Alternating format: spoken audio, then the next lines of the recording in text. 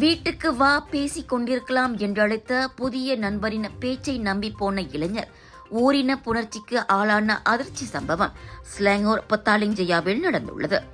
ஜூலை 4ஆம் தேதி மாலை அங்குள்ள அடுக்குமாடி குடியிருப்பு ஒன்றில் வைத்து உள்ளூர் ஆடவரால் தாம் அந்த கொடுமையை அனுபவித்ததாக 25 வயது வெளிநாட்டு இளைஞர் போலீசில் புகார் செய்துள்ளார்.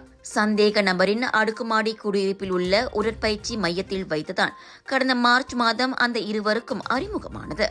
இந்நிலையில் சம்பவத்தன்று சந்தேக நபரின் அழைப்பை ஏற்று அவரின் வீட்டிற்கு சென்ற போது பாதிக்கப்பட்ட இளைஞனின் ஆடைகள் அவிழ்க்கப்பட்டு வலுக்கட்டாயமாக ஓரின புணர்ச்சிக்கு உட்படுத்தப்பட்டுள்ளார். கத்தினால் அக்கம் பக்கத்தாருக்கு தெரிந்து தமக்கு அவமானமாகிவிடுவென பயந்து அவ்விளைஞன் அக்கொடுமையை அனுபவித்ததாகவும் பின்னர் மலாயா பல்கலைக்கழக மருத்துவ மையத்தில் அவர் சிகிச்சை பெற்றதாக பத்தாலிங்ஜயா போலீஸ் தலைவர் ஷாருல் நிசாம் ஜஃபார் கூறியுள்ளார். இயற்கைக்கு மாறான உறவை குற்றமாக வகைப்படுத்தும் சட்டத்தின் கீழ் இது விசாரிக்கப்பட்டு வருகிறது.